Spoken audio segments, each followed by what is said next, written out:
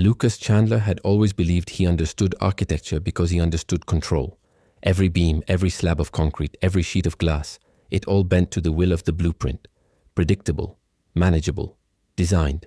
But as he stood before the window of his 58th floor office in downtown Chicago, sunlight catching the sleek cityscape below, Lucas realized something terrifying. He couldn't engineer his own heart to obey the same rules. The invitation had arrived that morning, slipped in among blueprints and financial forecasts as casual and harmless as any piece of mail. And yet, it stole the breath from his lungs like smoke in a sealed room. Marissa Taylor and Blake Stratton cordially invite you. He didn't read further. He didn't need to. Blake Stratton, his former partner, his closest friend, the man he once trusted enough to name godfather to his only daughter. And Marissa, his ex-wife, the woman he'd built a life with, the mother of his child, the love he had tried so hard to forget. Lucas sank into the leather chair behind his desk, the invitation clutched like a wound in his hand. He stared at the script on the envelope, trying to reconcile the names on the page with the people he once knew. It had been nearly 5 years since the divorce. 5 years since she'd looked him in the eye and said, "We want different things. Lucas." What she meant was, "You're not the man I fell in love with." What she meant was, "I've already found someone else." The betrayal hadn't been sharp like a knife. It had been slow, corrosive. It had started with Blake spending more time at their house than his own, with casual touches, inside jokes, and shared glances Lucas chose not to question. He had buried himself in work, pretending not to see.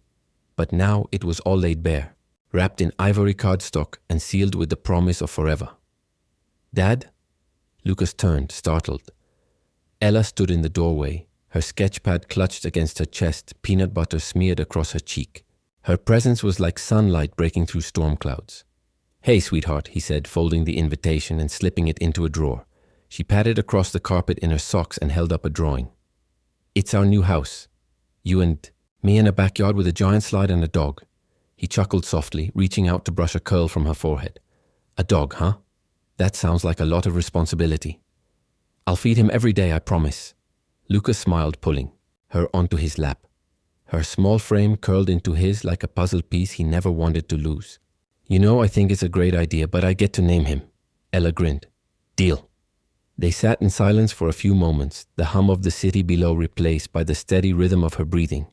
"Are you sad, Daddy?" The question caught him off guard. "No," he said. Then more honestly, "Maybe a little. Because of the letter." He looked down at her. "You saw that?" She nodded. It looked important. It was. She didn't ask more. That was Ella. Intuitive, kind and wiser than her years. She slid off his lap and skipped toward the hallway. "Don't worry, I'll help you find a dog." As she disappeared, Lucas exhaled and opened the drawer again. The invitation stared back at him like a challenge. There was no way he was going to let Blake and Marissa think he was the one who lost. He couldn't show up alone, not after everything. He needed to show the world, and more importantly himself, that he had moved on, that he was whole. But who would he bring? Not a client, not a socialite. He didn't want to make headlines. He wanted to make a point. That night, he poured a scotch and stood at the edge of his rooftop terrace, watching Chicago shimmer beneath him. He thought about the years he'd spent rebuilding after the divorce, not just his company, but his sense of self. He had kept his circle tight, his emotions guarded. Love for him had become something abstract, beautiful to observe but too dangerous to touch. He ran a hand through his hair, frustrated by the knot forming in his chest. The wedding was in 2 weeks. He needed someone different, someone authentic, someone who didn't come from his world of carefully staged success. He didn't know it yet, but that decision would change everything. The next day he walked instead of driving. The spring air was crisp, a slight drizzle in the forecast. Walking cleared his mind in ways the gym never could. It was therapy in motion, the rhythm of shoes on pavement giving his thoughts structure. He wandered through Lincoln Park and then into the quieter neighborhoods near St. Mary's Cathedral, a Gothic spire that jutted into the sky like an accusation. As he passed the stone steps of the church, he saw her. A woman sat curled against the wall, her coat soaked through, a tattered duffel at her feet. Her hair clung to her cheeks in wet strands, and she clutched a paper cup in both hands like it held the last heat in the world. Lucas slowed. She looked up, and even from several feet away he saw the intelligence in her eyes. Sharp, cautious, alive. "Are you okay?" he asked. She squinted. "You a cop?" He shook his head. "Just walking by."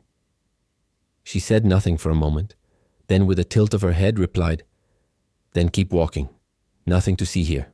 But he didn't. Something about her, not just the situation, but the pride in the way she held herself, made him pause. She wasn't begging. She wasn't broken. She was surviving. "I'm Lucas," he said, stepping under the overhang to avoid the rain. She regarded him like he was insane. "Do you often introduce yourself to strangers under churches?" "No," he admitted. "Only the ones who look like they've got a better story than mine." She laughed, short, surprised, but genuine. "Lena," she said, "and trust me, you don't want my story." "Maybe not," he said, "but I have a feeling it's better than whatever's in my inbox." For reasons neither could explain, they talked. About weather. About literature. She had once taught high school English before life took an unexpected and cruel detour. About the broken systems that let people slip through cracks. And then, after nearly an hour standing in the drizzle beside a complete stranger, Lucas said something so absurd he surprised even himself. "I need a date," Lena blinked. "Excuse me?" "To a wedding," he clarified. "My ex-wife's, actually." She stared at him. "You're kidding." "I'm not. It's in 2 weeks. Miami, fancy. And I need someone to go with me." "You want me to be your +1? Call it what you want. I'll cover everything. Travel, clothes, whatever. I need someone real. Someone who isn't part of that world." Lena looked at him for a long time. "Why me?" "Because you're not impressed by any of this." He gestured to his tailored coat, his expensive shoes. "And I think that's exactly what I need right now." She studied him. Then finally, with a slow shake of her head, she said, "You're insane." "Probably. I don't have a dress. We'll get one. I don't have manners. I've seen you hold a conversation in the rain with a complete stranger. You'll be fine." She laughed again, this time warmer.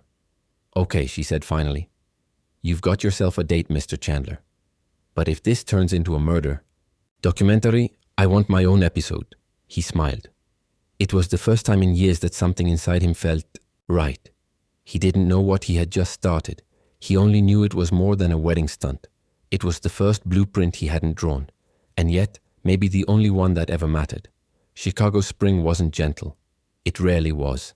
It came in waves, brutal gusts of wind, rain that hammered rooftops like fists, and a chill that clung even after the sun dared to emerge.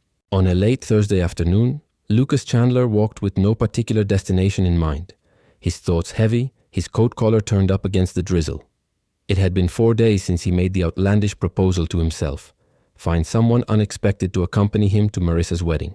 The very idea had become both a distraction and an obsession. None of the polished, poised women from his professional circle felt right. Too scripted, too rehearsed. What he needed was something unfiltered, uncurated, something real. He wandered into a quieter part of the city, near Lincoln Avenue, where brick churches stood like weary sentinels, weathered by time and sanctified by silence. St. Mary's Cathedral, with its towering spires and iron gates, loomed like a relic from a dream. He didn't go there to pray, but that's where it happened. The steps were slick with rain. The wind howled like a warning. And there, just beneath the overhang, sat a woman hunched against the wall. She wasn't asking for anything. She wasn't even looking at passers-by. She simply sat, rainwater soaking her knees, eyes closed, a duffel bag clutched tightly against her. Lucas nearly walked past her. He should have. He had meetings, responsibilities. But some small tug in his chest made him pause. She opened her eyes. They were sharp, unflinching, not pleading, just present. "You lost or just rich and bored?" she asked, her voice dry despite the weather. Lucas blinked. "I'm not lost." "Then it's the second one," she said, pulling the duffel closer to her chest. "Well, congrats. You found the city's most photogenic hobo." "I didn't mean to stare." "You weren't staring. You were deciding." "Deciding what? Whether I'm a cause, a con, or an inconvenience?" He laughed, quiet, surprised. "That's cynical. Experience tends to lean that way." He stepped under the overhang. Rain drummed above them like 1,000 impatient fingers. "I'm Lucas." She gave him a sidelong glance.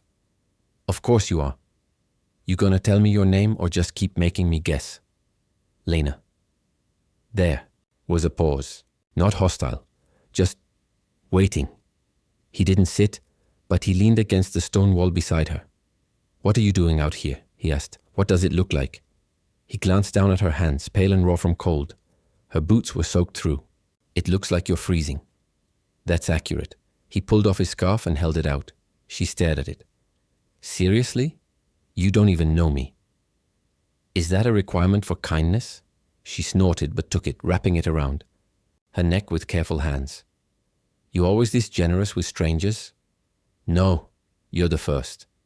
Lucky me, she said, then added, almost too softly to hear. Or unlucky, depending on how you define first. He studied her. Features. She was beautiful, though not in the commercial magazine cover way. Her face held stories.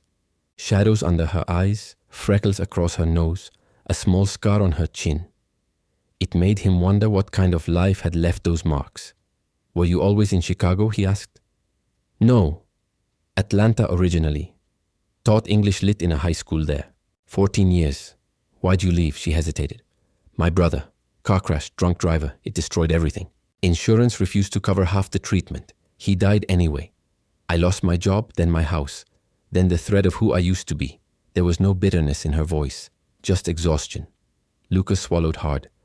I'm sorry. Don't be. It's not your story to apologize for. A silence fell between them, filled only by the wind and the occasional screech of tires from the street. I've got a crazy question, Lucas said after a moment. Fantastic, I love crazy. I need someone to go to a wedding with me. She turned to him slowly. I beg your pardon? A wedding. In Miami. It's in 10 days, and I want you to come with me. She laughed loud and sudden. Is this a bet? Some kind of rich man social experiment? No, it's real. And you just randomly pick up women off sidewalks to be your date. Just one, he said. And it's not what you think.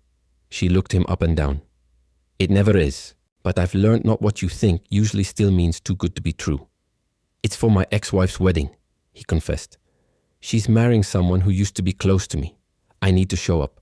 I need to make a point. Lena's brow arched. Ah, revenge escort, classic. No, not revenge, not really, just closure, a statement. And what's the statement? Look at me. I replaced you with a charity case. The words hit harder than he expected. He didn't flinch, but he didn't deny it either. Lena shook her head. You really want to parade me around like some kind of plot device? No, he said. I want someone who doesn't fit the script, someone who's lived, someone who'll walk into a room full of designer dresses and not care. She looked away. I haven't worn a dress in years. I'll have one made for you. I haven't flown in a plane since. I'll cover it. Everything. And why should I trust you? Because I'm asking, not ordering. Because I'm not pretending this is normal, and because maybe you could use a little escape too. Lena pulled his scarf tighter around her neck, thinking. You don't want to sleep with me? She asked bluntly. No, Lucas said without hesitation. You don't want to fix me? No. Then why me? He shrugged. Maybe because the only person who's been honest with me in the last week is sitting barefoot in the rain outside a cathedral. Lena laughed again, quieter this time. All right, she said. I'll think about it. Lucas smiled, then reached into his coat and pulled out a business card. I'll check back tomorrow. Same time? She took the card and tucked it into her duffel. Sure, why not? It's not like I've got a full calendar. As he turned to go, Lena called out, Hey, Lucas. He stopped. If I say yes, you better be prepared for people to stare. Let them, he replied. They've been staring at me for years. It's about time they had something worth staring at. She grinned. You're still insane. Probably. And with that, he walked off into the rain, the city swallowing him in mist.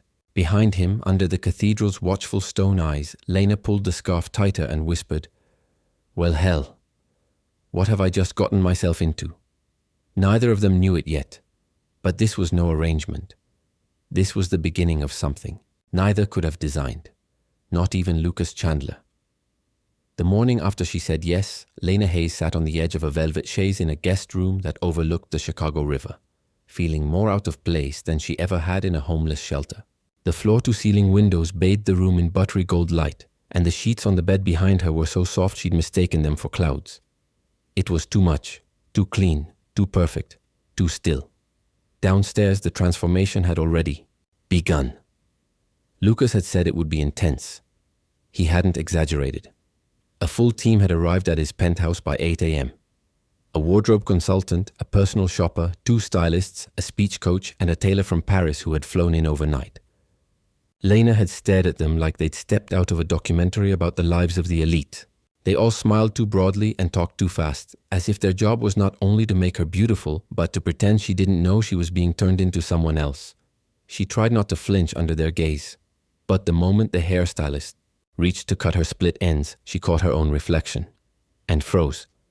It had been years since she really looked at herself. In the shelters, mirrors were rare. In survival, vanity was a luxury.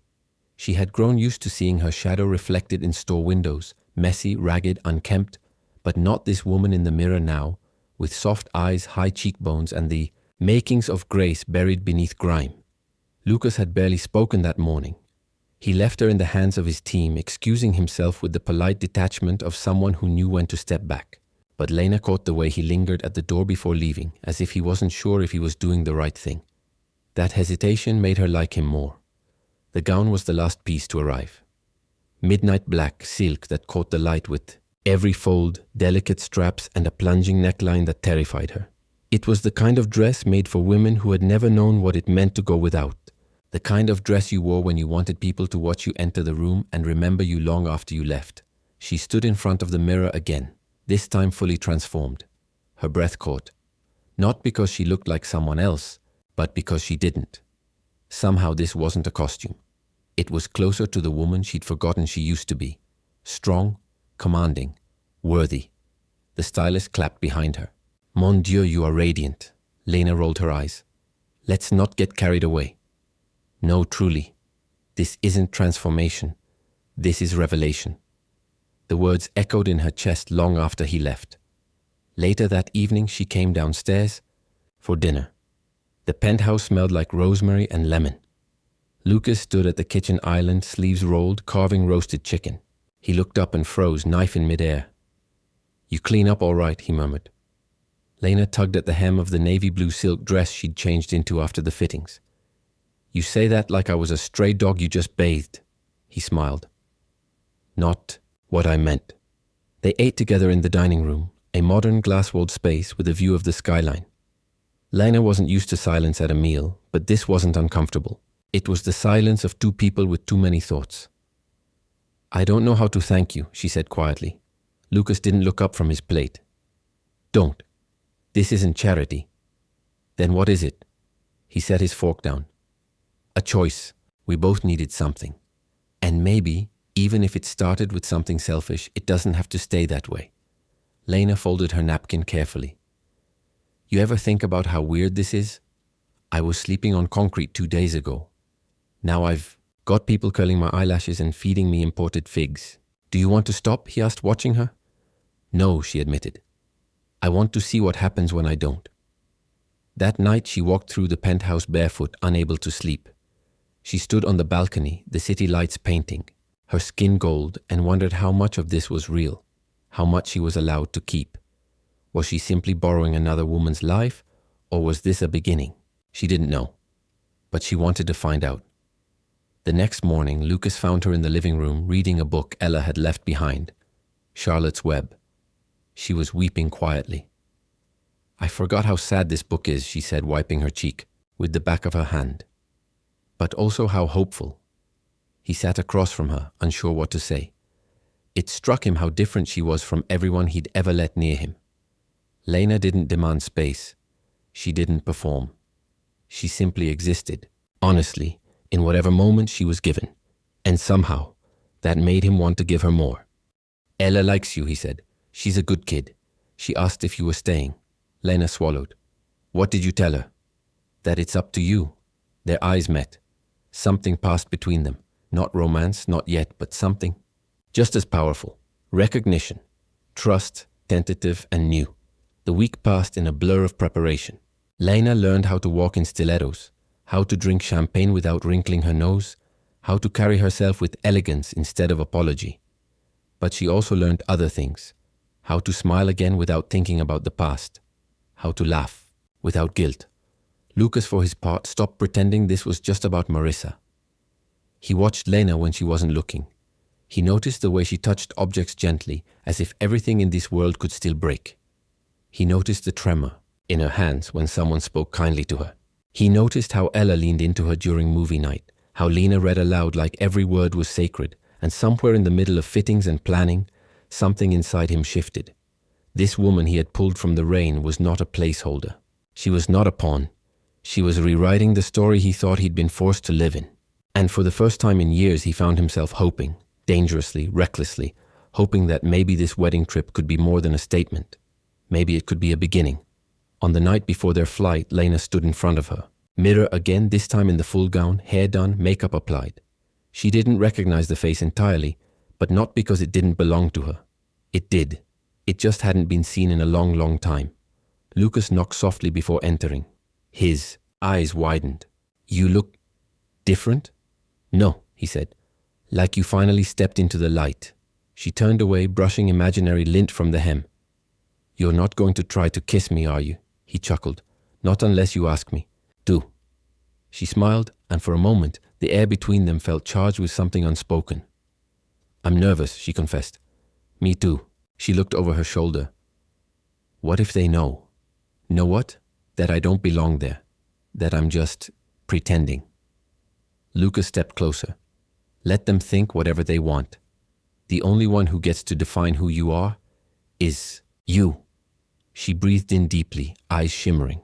And as the plane tickets printed, the bags were zipped, and the final confirmation calls were made, Lena Hayes stood taller than she had in years. Not because she was being transformed, but because she had chosen to become visible again. And this time, she wouldn't disappear. The Miami sun poured over the coastline in a golden blaze, casting a sultry glow over the white columns and terracotta rooftops of the Fontainebleau. From the moment they stepped out of the car, Lena felt the weight of eyes. It wasn't just the heat, it was the sheer intensity of being seen, of being noticed, and most unnervingly, of being judged.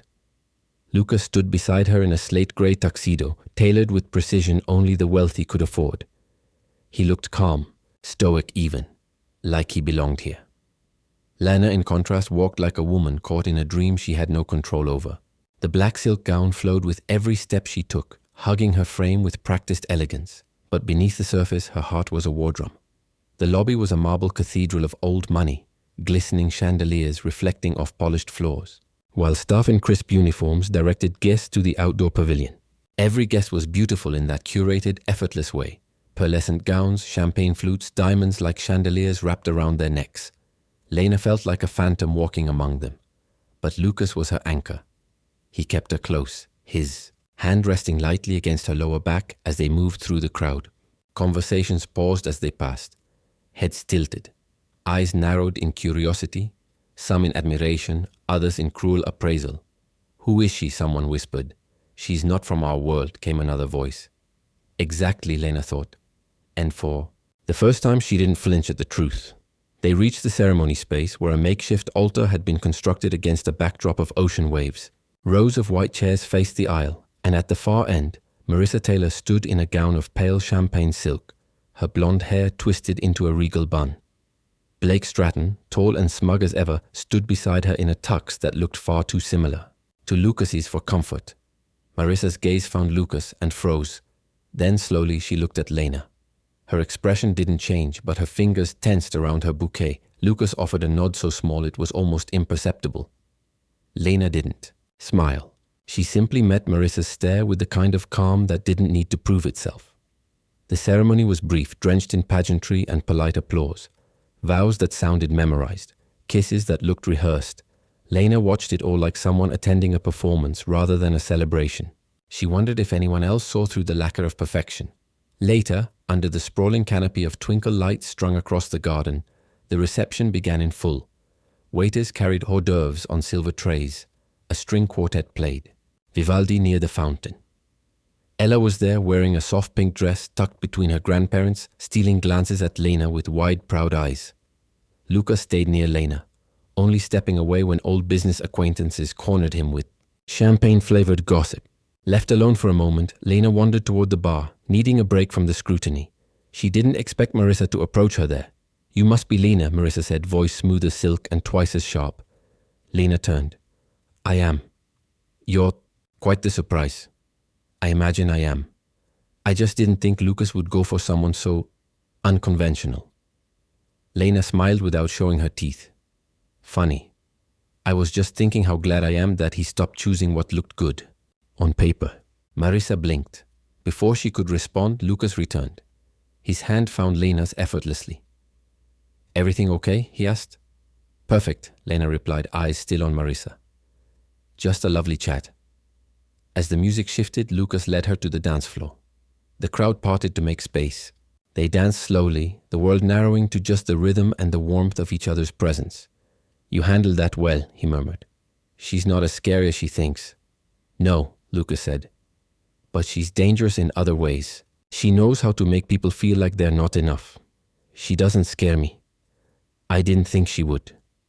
The night unfolded like a well-rehearsed play, speeches, toasts, laughter that rang just a little too forced. But then, something unexpected happened. The MC tapped the microphone, calling for final remarks from close friends and family. Lucas was mentioned. All eyes turned. He hadn't planned to speak, but he stood. Lena's stomach tightened. Lucas walked slowly to the center of the floor, took the mic and cleared his throat. "I didn't plan this," he began. "But I suppose some things deserve to be said." The crowd hushed. "Marissa and I, we shared a decade, a home, a daughter. And for a long time, I thought the end of our marriage meant the end of who I was. I thought I'd been left behind. But sometimes endings aren't failures. Sometimes they're invitations to begin again." He glanced at Lena. "This woman beside me, she isn't here because I needed a date. She's here because somehow she reminded me that I'm not defined by who I lost, but by who I choose to become next. And maybe, just maybe, I like the man I'm becoming again." The room was still. A few people clapped. Some watched Marissa, who remained stone-faced. Then something even more unexpected. Lena rose from her chair and walked to the front. She didn't ask permission. She simply took the mic. "My name's Lena Hayes," she said, voice clear. "And I know I don't belong in this room. I know I'm not wearing the right label or bloodline or background, but I've learned something about loss. It either crushes you or it clarifies you. I've had days where I wanted to disappear. Nights when silence was the loudest thing in the world. But the truth is, even broken people carry light. Sometimes the deepest grace comes when you stop trying to be impressive and start trying to be honest." She turned to Lucas. "I didn't come here to make a statement. I came because someone offered me dignity when I thought I didn't deserve any. And tonight, standing here, I realize I'm not just someone's plus one. I'm a person who fought like hell to be whole again. And if anyone's uncomfortable with that, I'll live." There was a pause. Then the applause came. Soft. At first, then louder until it filled the air like a summer storm. Even Marissa had to look away. Lucas stepped toward her and took her hand. Together they walked off the stage, not in triumph but in truth. And for the first time that night, Lena smiled without reservation, because it wasn't about the dress, or the setting, or revenge. It was about being seen. And finally, she was. The internet didn't whisper. It roared. By the time their plane landed back in Chicago, Lena Hayes had gone from an anonymous guest to the headline of every tabloid that cared about money, mystery, and society's obsession with reinvention. The photos had captured everything. Her silhouette against the ocean-lit altar, her poised entrance at the reception, the unexpected but soul-striking speech. Who is Lucas Chandler's mystery woman? From unknown to unforgettable. The guest who stole the wedding spotlight.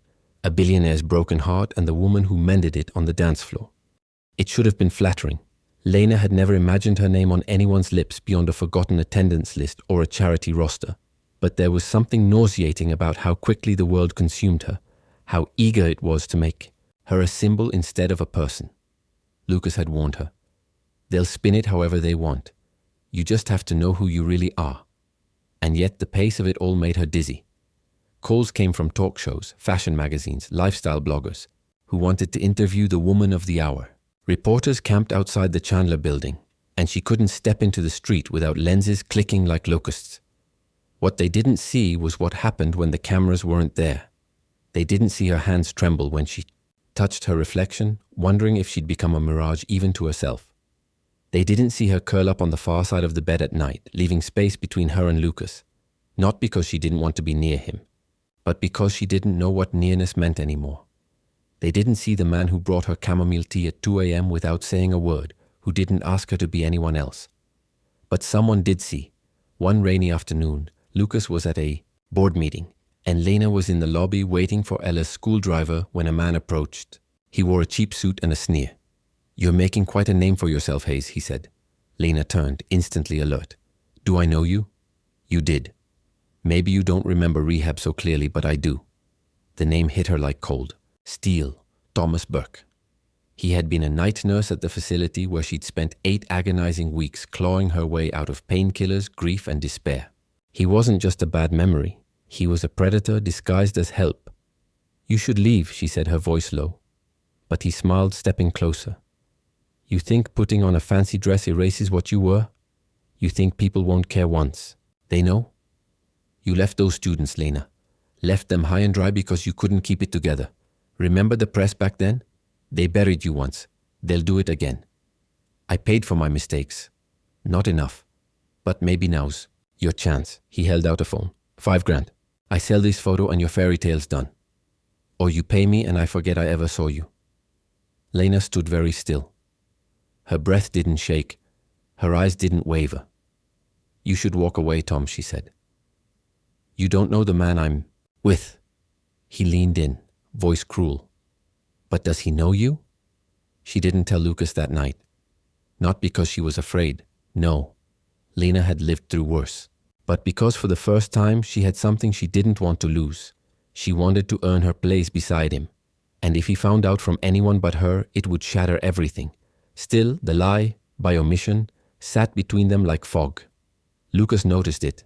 He was too observant not to. He saw her flinch when she saw herself on a tabloid cover. He saw her retreat from public view, choosing silence over spotlight. He gave her space, but the distance began to ache. Then came the night he confronted her. "Ran into someone who claimed to know you," he said, voice measured. Lena's shoulders tightened. "He mentioned rehab. And students you abandoned." She nodded slowly. "So it's out." Lucas didn't speak. He waited. "I was teaching senior English when my brother died," she began. "He was my world. We were all we had left. After the crash, I spiraled.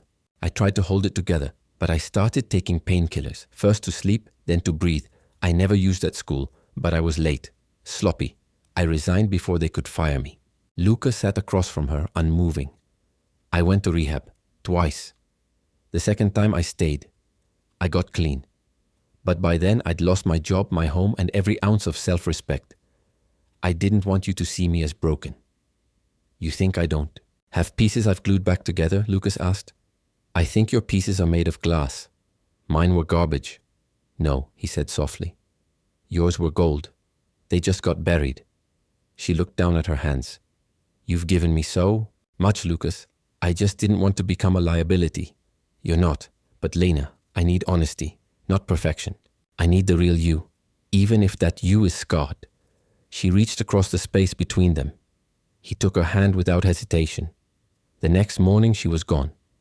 Not because she didn't love him, but because she did. And love to Lena meant not dragging him into her darkness. She left a note on the kitchen counter. "I wasn't meant to wear gowns or be on covers. I was meant to rebuild quietly where no one expects anything from me. Thank you for showing me who I could be. But I need to figure out who I am. Alone." Lucas found the note just after Ella asked, "Where's Lena?" And for the first time since the day Marissa walked out, Lucas Chandler felt something shatter inside him. Not because someone left, but because someone left honestly. He didn't stop her. He couldn't. Sometimes you have to let the people you love find their own way, even if it breaks your heart in the process. And he hoped more than anything that someday her path would lead back to him, because what they had wasn't over. It was just waiting. Spring in Chicago was unpredictable, much like grief. It came in waves, unexpected, sometimes biting, sometimes warm. and Lucas Chandler had grown used to bracing for the chill. But nothing could have prepared him for the hollow silence Lena left behind. It didn't scream or accuse. It simply lingered, like the echo of a door that had once shut too gently to slam but too firmly to forget. Ella was the first to notice. At breakfast, she pushed her cereal around the bowl, the milk growing warm. She didn't cry, but she looked up at her father with those eyes, the same soft gray as her mother's, but holding an innocence untouched by bitterness. "Did she leave because of me?" she asked. Lucas reached for her hand across the table. "No, sweetheart. She left because she thought she had to." "Is she coming back?" He paused, choosing truth over comfort. "I don't know." The days passed in routines that had lost their rhythm. Lucas went to work, but his thoughts trailed like shadows. The firm was expanding. A new commercial space in Minneapolis, a residential bid in San Francisco. But the adrenaline that once came from success now felt artificial. Meetings felt shallow. Colleagues spoke, but he barely absorbed words. Night. He walked the empty halls of his penthouse. It had once felt cold. Then for a fleeting time, Lena had filled it with something warmer than comfort. Presence. Now every untouched corner reminded him of her absence. Her scarf still hung by the door. Her dog-eared copy of Wuthering Heights sat on the shelf, left behind not as a gesture but as a wound. He reread her note dozens of times. "I need to figure out who I am, alone." He didn't try to find her. It wasn't out of pride. He simply understood. Sometimes love meant knowing when not to chase. But he did something else. He built. It had begun as a sketch on a napkin, a passing thought during a restless night.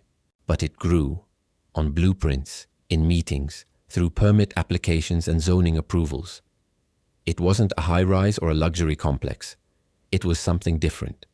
He called it Lena's Hope, a transitional center for women, those who had suffered, survived, and needed space to start again.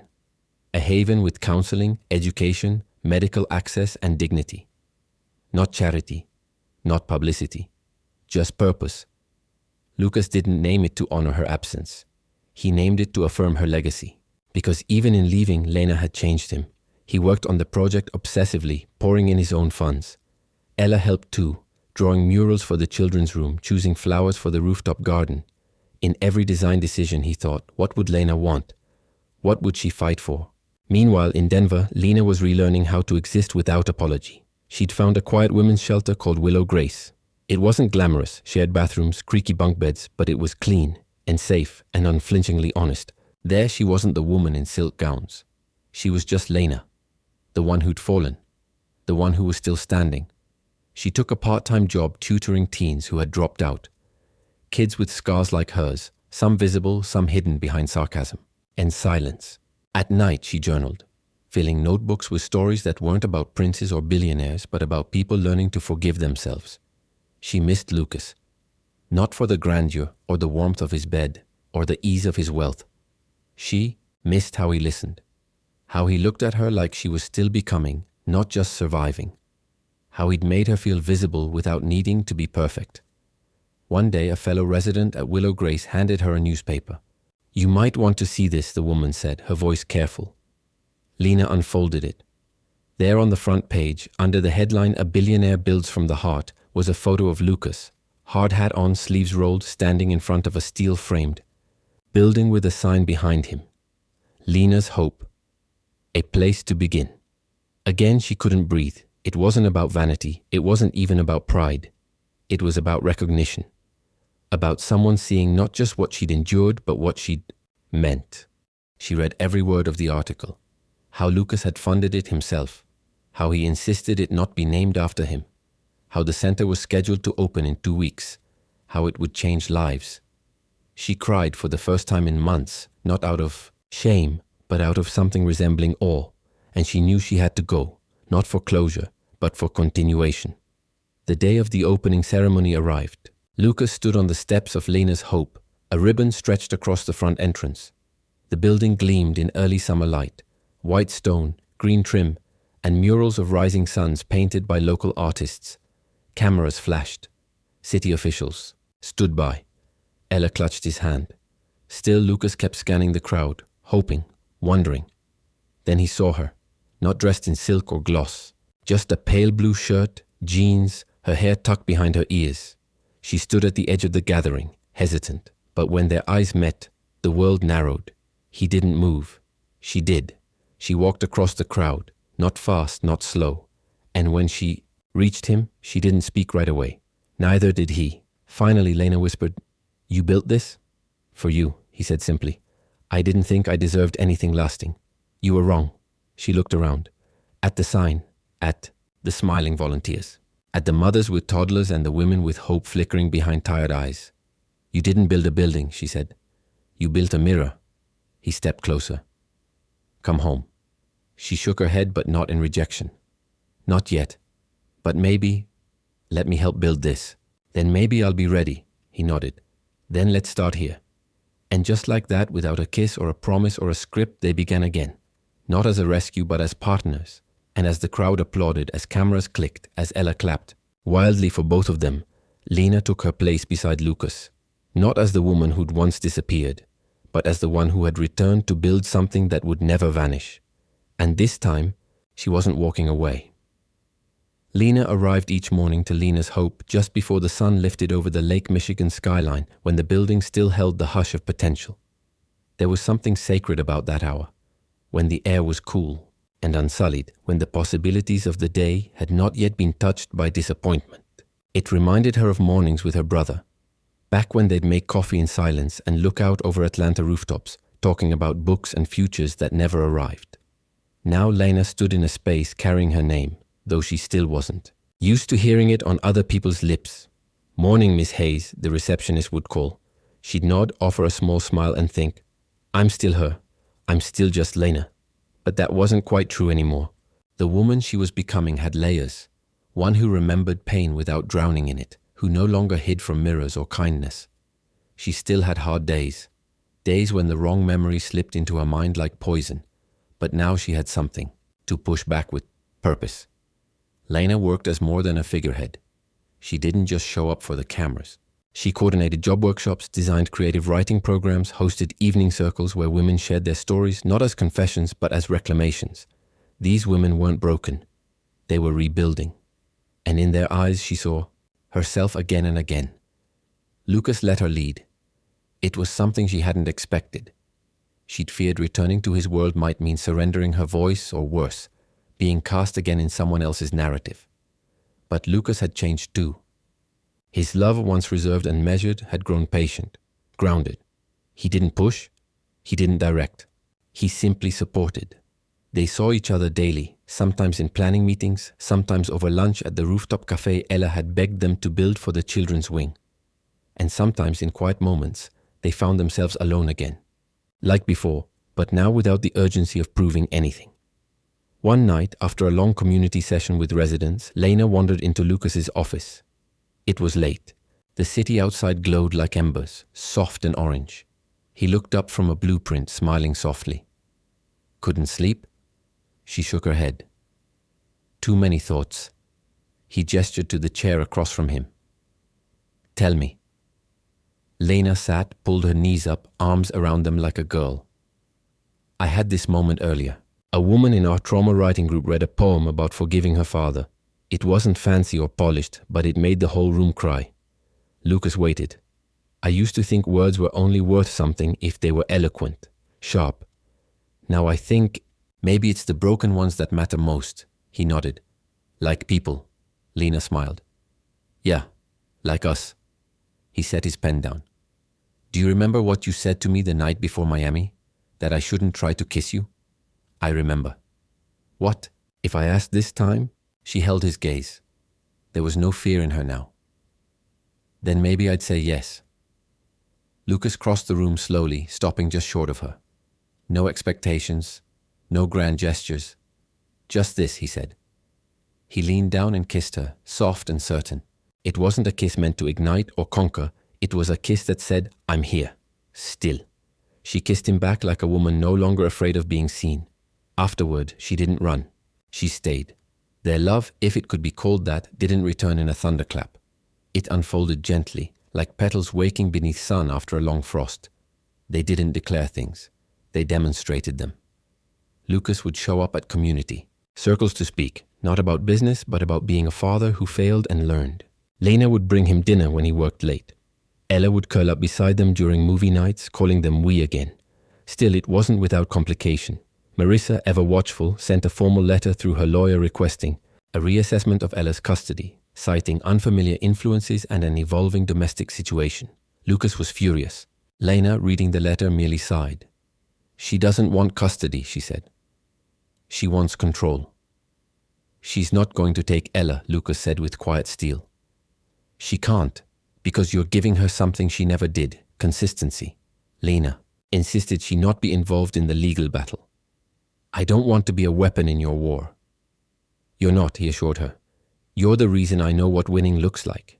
Eventually, Marissa relented, perhaps because Ella wrote her a letter too, one Lucas never saw, but Lena suspected had more power than any court filing. I have 2 homes, Ella had told Lena one evening, but only one where I can cry without hiding. That's the one. That counts, right? Yes, Lena whispered, holding her tight. That's the only one that counts. And so the days passed. Lucas's world and Lena's world no longer overlapped. They had fused. They launched an education initiative. Together. Lena taught creative writing every Tuesday. Lucas brought in therapists, social workers, and business mentors. Ella began volunteering at the Children's Center after school, reading books out loud to kids who had lost more than she could imagine. Sometimes strangers still approached Lena on the street. Some remembered her from Miami. Others had read her essays that began appearing online. Essays about shame, about self-forgiveness, about how love was not a destination but a daily decision. She never played the role of heroine. She wrote in a voice that made others feel less alone. Lucas told her once, "You're building something bigger than even I could have imagined." Lena replied, "Because this time I'm not building it for survival. I'm building it for belonging." One weekend in late October, they hosted a fall festival at Lena's Hope. Pumpkins lined the walkways. Children in makeshift costumes ran laughing through hay bales. Music played from local high school bands, and the scent of cinnamon drifted through the air. Lena stood on the steps watching it all. The joy, the life, the proof that beginnings weren't reserved for the lucky. Lucas walked up beside her. "Not bad for a woman who once lived on the steps of a cathedral," he teased. She nudged him. "Not bad for a man who once thought a wedding invitation was a death sentence." He wrapped his arm around her. Lena's hope saved more than lives. It saved mine. She leaned her head against his shoulder, smiling at the chaos below. And for once, she didn't worry how long the peace would last, because this time she wasn't waiting for the world to take it back. She was the one creating it, brick by brick, word by word, choice by choice, with Lucas, with Ella, with all the women who had ever been told they were too much or not enough. Lena was no longer surviving. She was rising, and the world was finally rising with her. Snow fell quietly on Chicago that evening, blanketing the city in a hush that softened even the loudest corners. The windows of Lena's Hope glowed amber against the twilight, casting long rectangles of light onto the icy sidewalks. Inside, warmth pulsed from the hearth in the common room, the scent of gingerbread and clove thick in the air, and laughter, spilled from hallways usually steeped in quieter sounds, whispers of recovery, the shuffle of cautious feet, the slow rhythm of lives being reassembled. Lena stood in the heart of it all, her arms full of winter coats she'd been sorting for donations.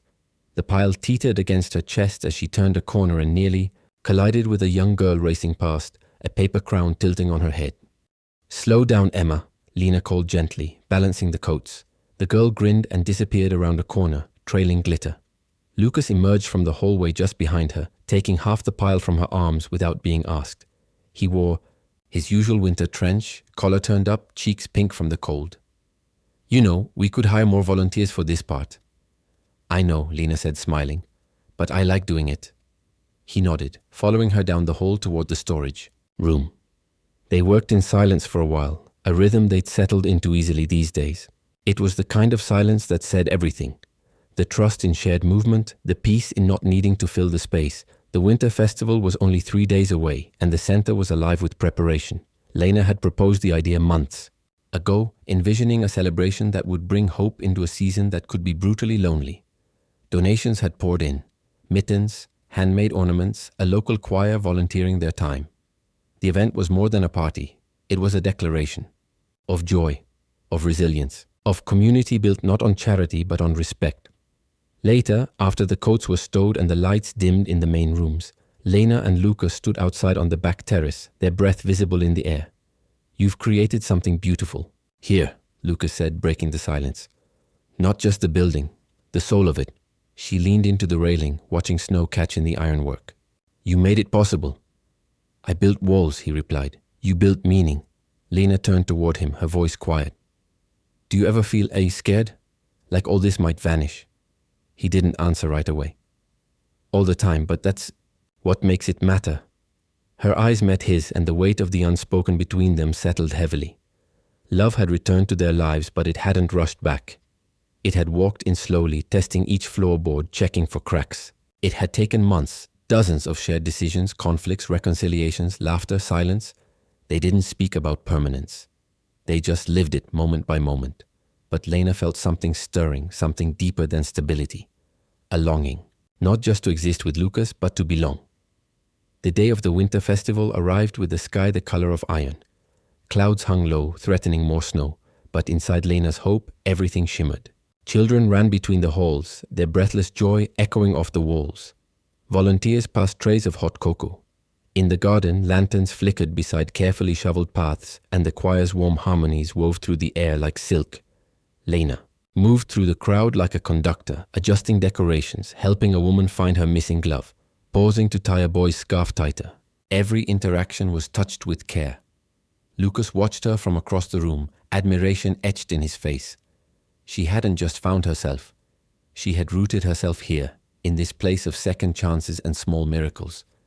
She had taken pain and turned it into art, into work, into love. At the height of the festival, when the center was glowing with life and color and music, Lucas pulled Lena aside and led her up the stairwell to the rooftop garden. It was colder there, but the view of the city stretched endless, lights twinkling in the distance like scattered stars. He handed her a folded paper. Her name was written across the front in his handwriting. She unfolded it, expecting a note. Instead, it was a drawing. Ella had sketched it.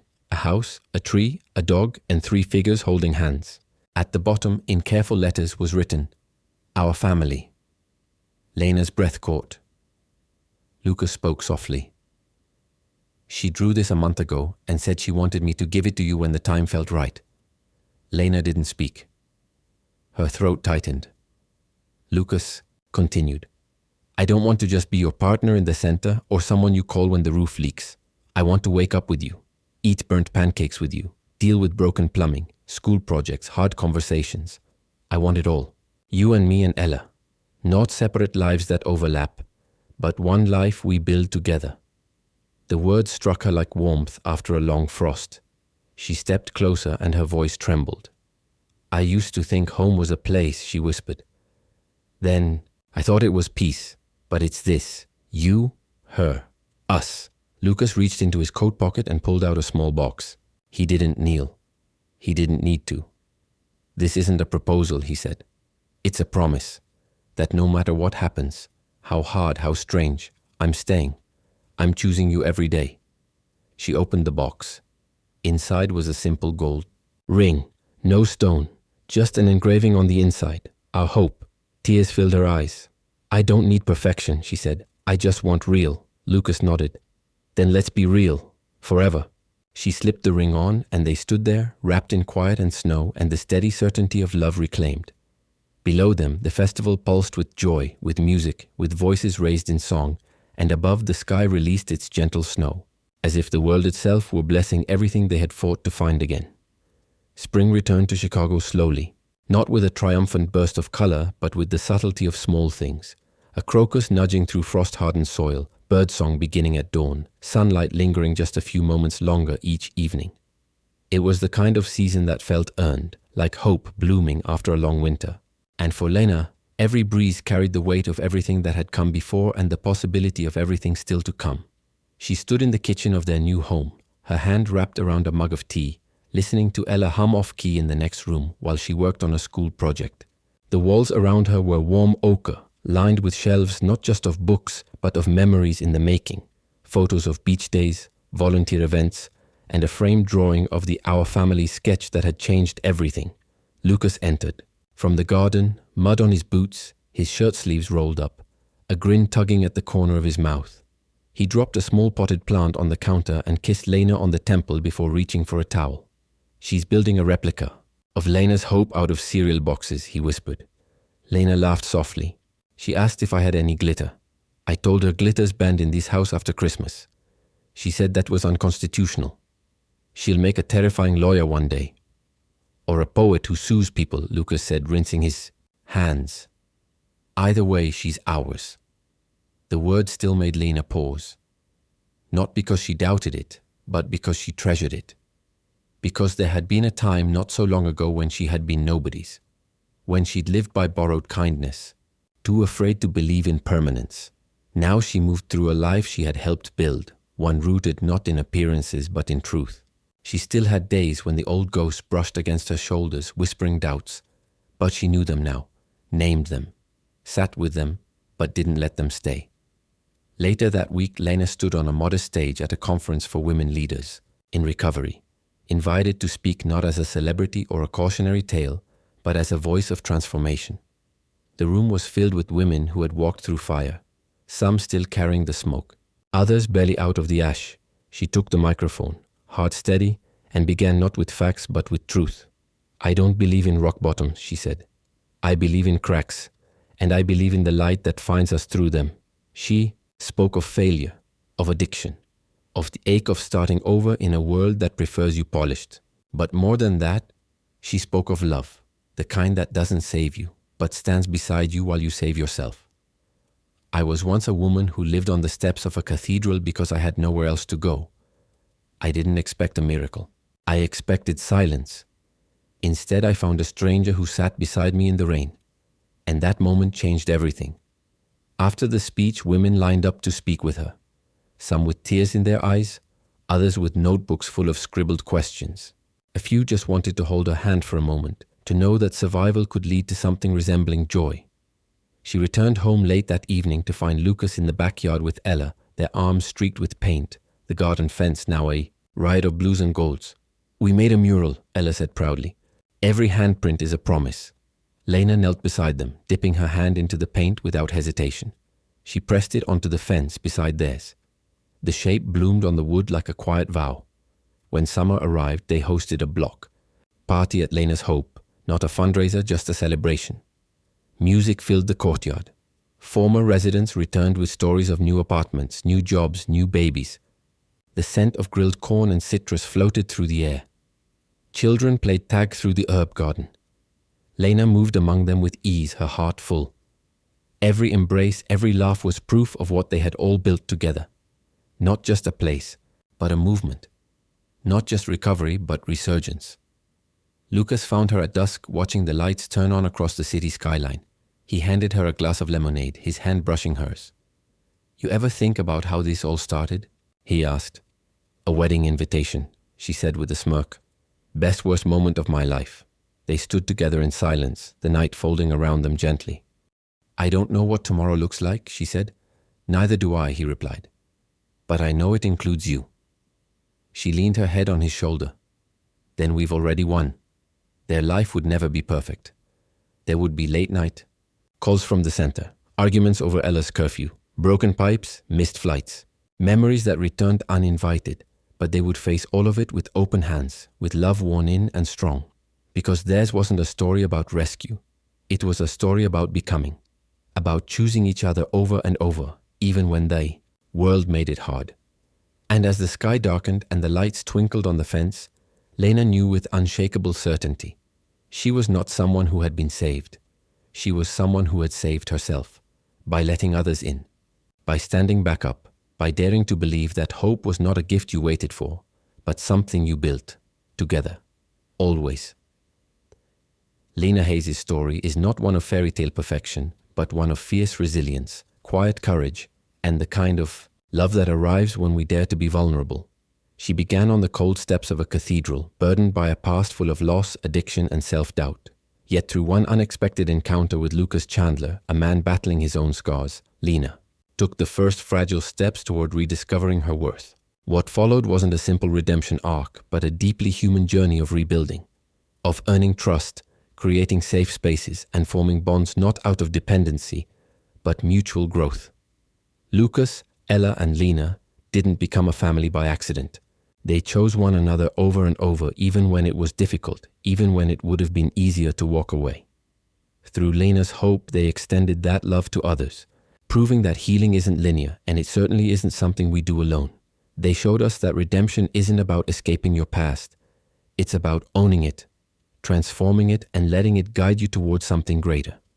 Their story is a reminder that the most powerful transformations often begin with the smallest act of compassion. Life lesson. No matter how broken we feel, every person deserves a second chance, not just to be helped, but to help others. And in a world filled with quick judgments and superficial fixes, Lena's story reminds us that showing up for someone, sitting beside them in silence, or building something that outlives your pain, those are the choices that truly change lives.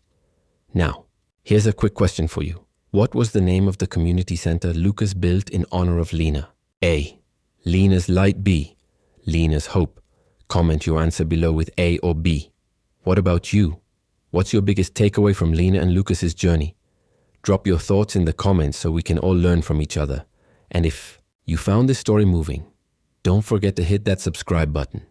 Your support helps us bring more meaningful stories to life. Let's keep growing together.